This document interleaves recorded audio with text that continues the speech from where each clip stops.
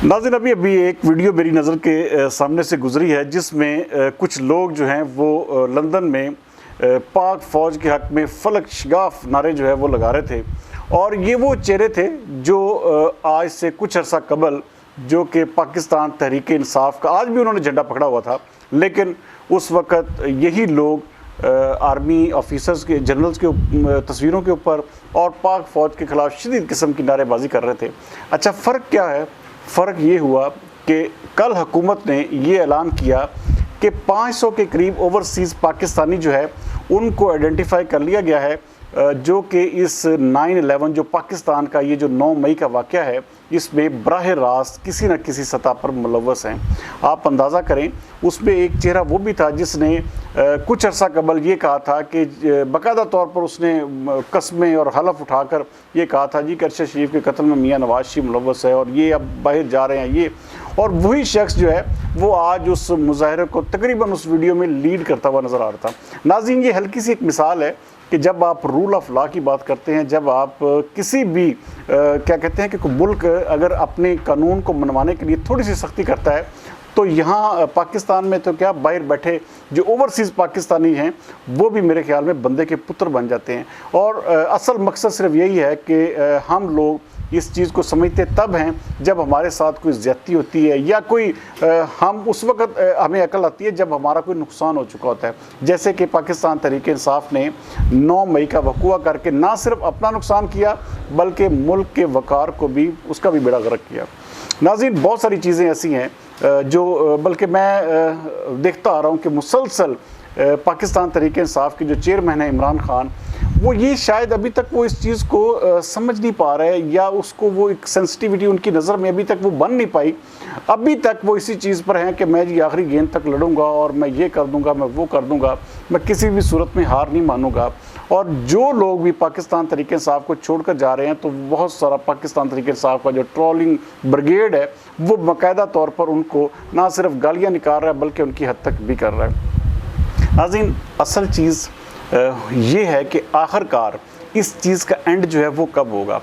हुकूमत को हर सूरत में अपनी रिट जो है वो मनवानी पड़ेगी, और अगर इमरान खान साहब इसमें मुलव्वस हैं तो फौरी तौर पर उनको गिरफ़्तार करके उनके ऊपर जो है इस चीज़ का मुकदमा जो है वो चलाया जाए। जबकि दूसरी जानब आज सुनने में ये भी आया कि जितनी भी ख़वातीन इस पूरे 9 मई के वाक़े में मुलव्वस हैं, उनका जो ट्रायल है वो सिविल अदालतों में चलाया जाएगा, ना कि फ़ौजी अदालतों में। फ़ौजी अदालतों में सिर्फ जो मर्द हज़रात हैं उनके केसेस चलेंगे, जिनमें 13 बंदे जो इमरान खान समेत जो आइडेंटिफाई हो चुके हैं, वो हर बंदे को पता चल चुका है कि कौन वो 13 बंदे हैं। तो उन 13 बंदों का केस जो है बाकी कारकुनान के साथ वो भी फ़ौजी अदालत में चलाया जाएगा।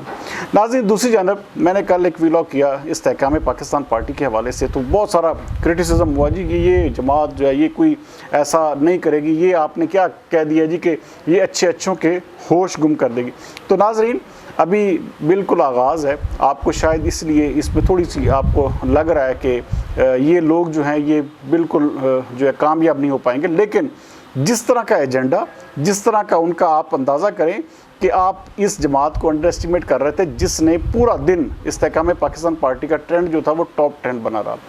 फिर आप उनके पेजेस की, आप उनके सोशल मीडिया कॉन्टेक्ट्स की जो उनके अकाउंट्स हैं उनकी आप रीच देखें तो आपको आइडिया हो जाएगा कि वो जमात पहले ही दिन उसने बहुत सारे लोगों को हिट किया है। और आज बाकायदा तौर पर उनके जो एक उनके वो जो स्पोक्स पर्सन टाइप जो उनके वो सोशल मीडिया को डील करते, तो उनका बाकायदा तौर पर एक मैंने ट्वीट भी नज़र सामने से गुजरा कि वो बाकायदा तौर पर यूथ को अपने साथ इंगेज करने की बात कर रहे थे, और उनका कहना था कि हम बासलाहियत नौजवानों को अपने साथ शामिल करेंगे।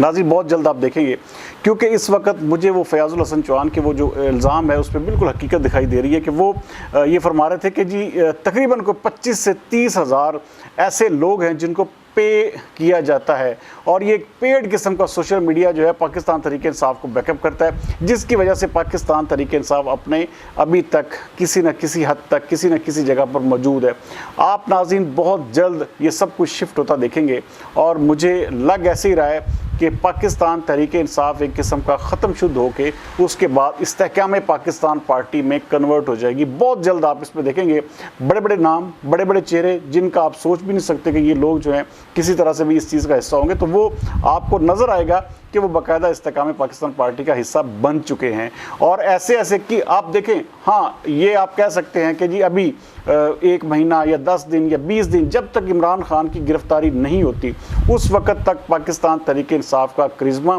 पाकिस्तान तहरीक इंसाफ का मोमेंटम और बयानिया कायम है। जिस दिन इमरान खान को गिरफ्तार कर लिया गया उससे ठीक 2 हफ्ते बाद आप सूरत हाल देखिएगा कि जो रही सही कसर होगी, जो रहे सहे लोग होंगे वो भी पाकिस्तान तहरीक इंसाफ को छोड़ जाएंगे। नाज़रीन, अभी भी मेरे पास इतलात हैं कि हमारा शहर जैसे फैसलाबाद है, यहाँ पर पाकिस्तान तहरीक इंसाफ के तकरीबन 80% टिकट होल्डर जो हैं वो जहांगीर तरीन के साथ डायरेक्ट राब्ते में हैं। और भी बहुत सारे शहरों में ऐसे लोग हैं जो इस वक्त पाकिस्तान तहरीक इंसाफ की बजाय इस्तेकाम पाकिस्तान पार्टी के अलीम खान ग्रुप में शामिल हैं या जहांगीर तरीन के साथ डायरेक्ट राब्ते में हैं। तो आपको आने वाले चंद दिनों में ये जो इमरान खान साहब का ये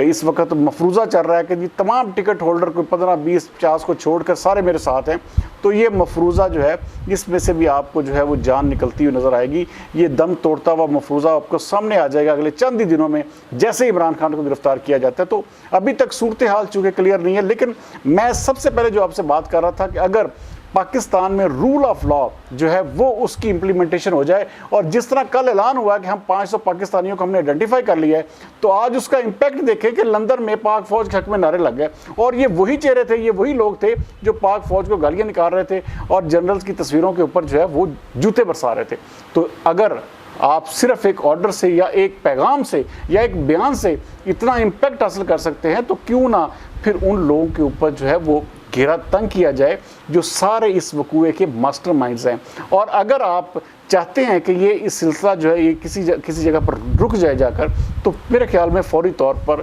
अब हुकूमत को और इस्टेब्लिशमेंट को एक्शन लेना होगा, वरना जो आज BBC के एक इंटरव्यू में इमरान खान साहब का एक बयान जो है वो मेरे नज़रों के सामने से गुजरा है, तो मेरे ख्याल में उसमें कोई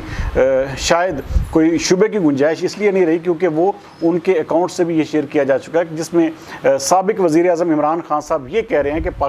पाकिस्तानी फ़ौज जो है वो यूक्रेन रशिया जंग में यूक्रेन को सपोर्ट कर रही है। तो अगर एक साबिका वज़ीर आज़म इस हद तक थ्रेट का बायस बन जाए, इस हद तक वो जिसे कहते हैं कि बेलाग किस्म की ऐसी बातें करने लग पड़े जिससे जो रियासत के जो एक किस्म का जो एक वक़ार के साथ साथ रियासत की सिक्योरिटी को भी खतरात लाहक हो जाए, तो उसके ऊपर फौरी तौर पर एक्शन बनता है। और फिर कहीं ये ना हो जाए कि कल कलां को अगर हम इसी डील में रहे या अगर हमने इस मामले को मज़ीद प्रोलॉन्ग किया तो अल्लाह ना करे कि हमारा मुल्क जो है 1 और 9 मई का मुतहम्मिल किसी भी सूरत में नहीं हो सकता। बहरहाल इस बयानिए से या इस चीज़ से एक किस्म की हवा तो बिल्कुल खारिज हो चुकी है, ये साजिश नाकाम हो चुकी है, लेकिन फिर यही वजूहत बनती हैं आहिस्ता आहिस्ता कोई लावा बनने में। तो एक्शन लीजिए इससे पहले कि फिर देर ना हो जाए। कल तक के लिए सरदार अमीन जतोई को दीजिए इजाज़त। पाकिस्तान जिंदाबाद।